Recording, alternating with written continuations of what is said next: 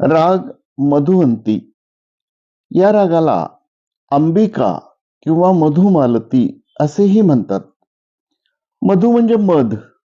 मधासारखा हा गोड राग कर्नाटकी संगीतातून आला आहे. काफी थाटातला हा राग प्रेम आणि शृंगार यांनी भरलेला आहे. आरोहामध्ये ऋषभ आणि दैवत वर्ज असून गंधार कोमल आणि मध्यम तीव्र आहे. हा राग सायंकाळी 4 ते 8 या वेळेत गातात.